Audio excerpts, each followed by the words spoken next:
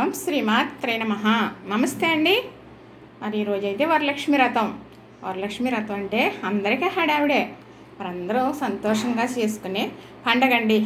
ఆడవారికి మరీను అయితే అవస్థపడి కష్టపడి చక్కగా ముందు నుంచి శుభ్రం చేసుకోవటమే కాదు, మరి అదే రోజు ఇలా పిండి వంటలు చేసి అమ్మవారికి నివేదన చేయటం అనేది మన గొప్ప సాంప్రదాయం కదా. అయితే మా పాప అన్నీ రెడీ చేసేసిందండి. నేనైతే మా పాప వాళ్ళ ఇంటికి వచ్చాను కదా, చక్కగా 9 రకాలు తను ఎప్పుడు అలా పెట్టుకుని చేస్తుంది అనమాట. అందుకు తను అలా చేస్తుంది. అలానే చెయ్యాలి, ఇలానే చెయ్యాలి అనేది కాదు. ఆ తల్లి ఎంతవరకు ఇచ్చిందో మనకు శక్తి కానీ, మనం చేసే ఓపిక కానీ ఆ ఉన్న దానితో చేయొచ్చు. కానీ కలగజేసినప్పుడు, చేసుకునే శక్తి ఉన్నప్పుడు తప్పనిసరిగా చేసుకోవచ్చు, చేసుకుని ఆనందించవచ్చు.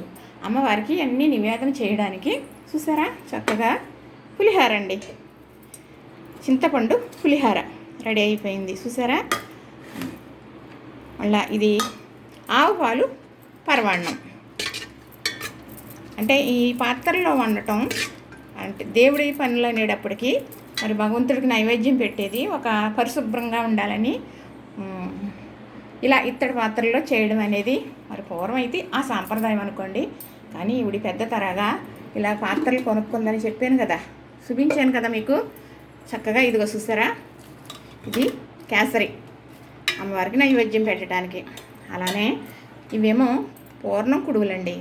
కొబ్బరి రోజు చేసి ఇందులో వరిపిండి ఉక్కించి అందులో పెట్టి చేస్తాం. చేసే విధానం మరి ఇంతకుముందు కూడా పెట్టడం జరిగింది, మళ్ళీ ఇంకొకసారి పెడతానులేండి. అలానే మనకి బియ్యం రవ్వతో చేసే కుడువులు అనమాట. ఇందులో కొబ్బరి మరి శనగపప్పు వేసి ఇలా కుడువులు చేస్తామన్నమాట. అమ్మవారికి 12 కుడువులు, 12 నెలలకి నెలకి ఒక కుడువుని చొప్పున గాసం అనమాట. ఇలా 12 కుడువులు పెడతారన్నమాట. మాకైతే అలా పెడతామండి. ఒక్కొక్క సాంప్రదాయంగా పెడుతూ ఉంటారు చక్కగా. అలానే గారెలండి, ఇగో బొబ్బట్లు, నేతి బొబ్బట్లు చక్కగా ఇలాగా చేసామండి. మళ్ళా ఇవిగో బెల్లం తాలికలు, అదేనండి బెల్లం లోయ అంటాం, బెల్లం తాలికలు అంటాం, బెల్లం హారతి అని కూడా అంటాం చక్కగా. చూసారు కదా. అలానే పచ్చలుడి వడపప్పు. అసలంటూ అమ్మవారికి నైవేద్యంగా పెట్టడానికి ముఖ్యంగా పచ్చలుడి వడపప్పు ఉంటే సరిపోతుందండి. పచ్చి శనగలో తాంబూలం. ఆవిడకైతే వరలక్ష్మీదేవికి పూర్వం అలానే చేసేవారండి. ఇప్పుడైతే ఒకరిని చూసి ఒకరు చాలా రకాలు చేస్తున్నారనుకోండి. ఇవి శనగపప్పు పూర్ణాలు, బూర్లు చూసారు కదా చక్కగా. మళ్ళీ ఇవి ఫ్రూట్స్ అన్ని రకాలు రప్పించిందండి.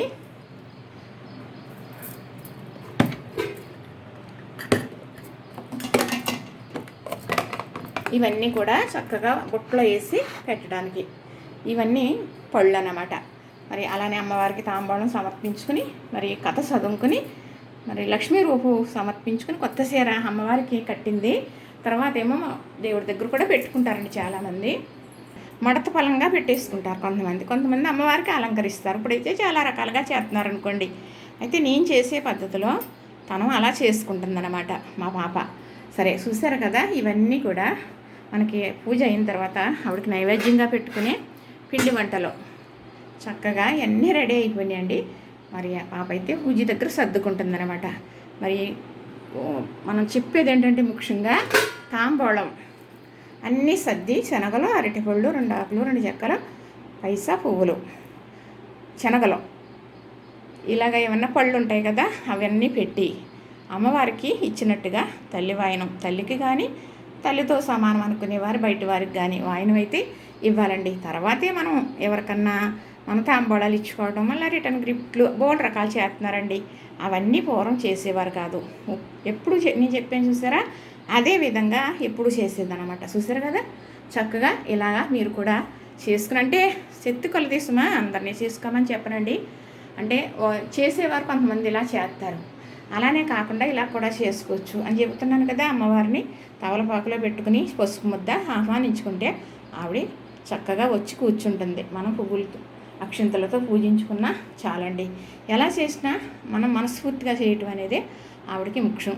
కానీ ఇలా అందంగా మనకు ఓపికను బట్టి ఒకరు తోడుంటే చక్కగా అన్నీ చేసుకోవటం కూడా మంచిదేననుకోండి. మరి చేయగలగాలి కదా.